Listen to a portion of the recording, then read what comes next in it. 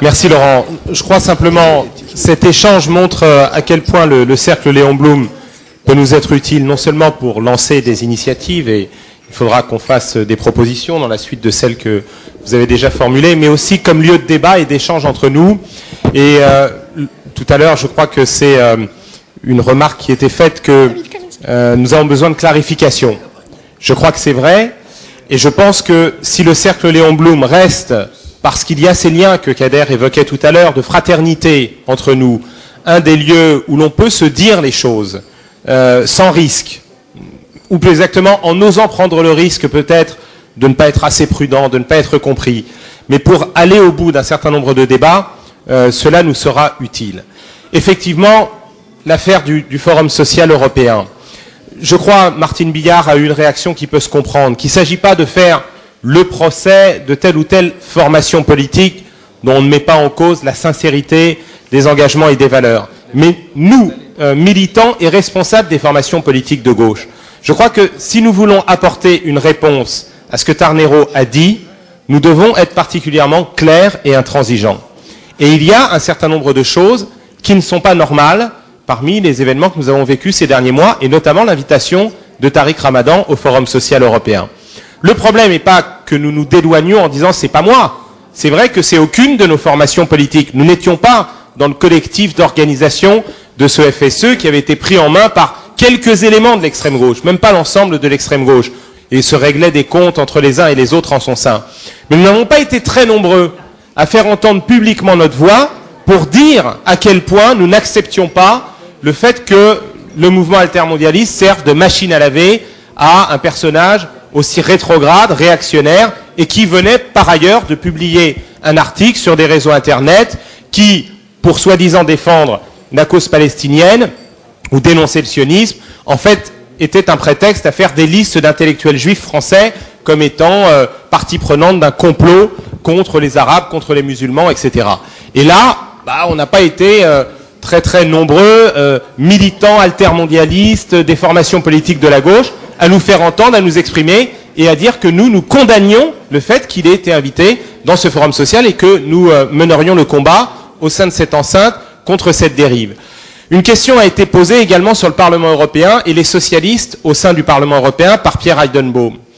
Il y a ici Françoise Imray, et c'est vrai que, là encore, lorsqu'il y a eu ce vote au sein du Parlement européen sur la suspension de l'accord d'association avec Israël, il faut reconnaître que nous n'avons pas été très nombreux à refuser de voter cette suspension de l'accord d'association, et qu'au sein même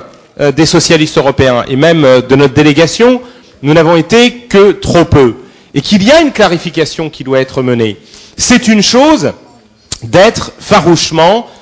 engagé dans la défense du droit des Palestiniens à avoir un État, à vivre dans la dignité, dans la reconnaissance de leur droit à l'autodétermination. C'est une chose de combattre la politique d'un gouvernement, d'un parti, le gouvernement de Sharon, le Likoud, et de le faire en soutenant d'autres Israéliens. Nos camarades, par exemple, du Parti travailliste, ne sont pas tous toujours unanimes, et d'une façon générale, celles et ceux qui croient à la paix, qui croient à une solution négociée. Et nous ne devons pas accepter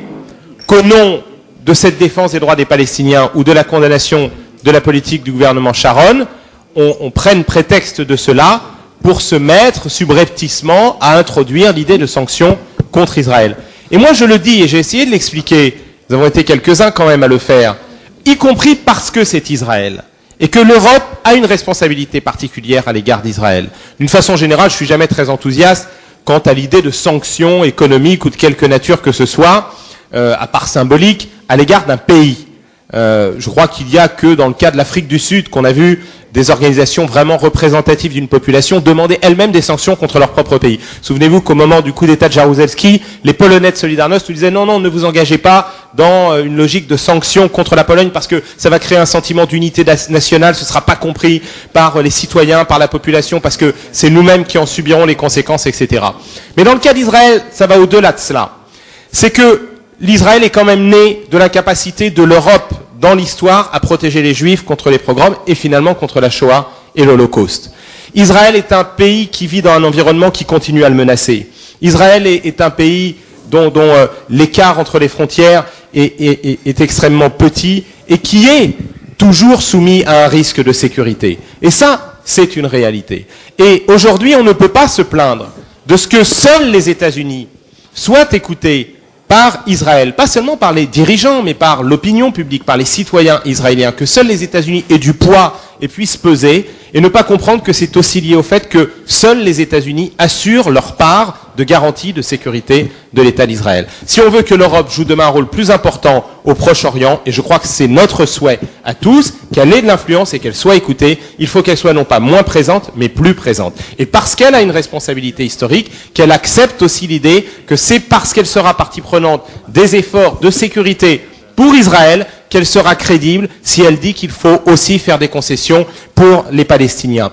Et que l'Europe devrait plutôt avoir pour perspective stratégique, puisqu'on parle quand même un jour de faire une politique de sécurité, une politique de défense européenne, qui est le soubassement même et la crédibilité d'une politique étrangère, de promouvoir l'idée que dans le cadre du processus de Barcelone et de tous les efforts qui sont faits pour que l'Europe contribue à une solution de paix, elle soit non seulement partie prenante de l'aide au développement économique de la région, mais de l'aide à sa stabilité géostratégique et à sa sécurité, qui est une sorte d'OTAN pour le Proche-Orient, dont l'Europe serait aussi l'une des garantes, et que s'il doit y avoir un jour des troupes européennes qui soient sur place dans le cadre d'un mandat de sécurité internationale, ce soit pour garantir la sécurité des Palestiniens et la sécurité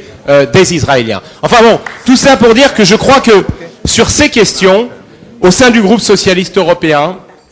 au sein peut-être aussi de notre propre parti, il faut que nous soyons capables d'impulser une réflexion fondée sur des principes et qui doit nous amener à renverser un certain nombre de réflexes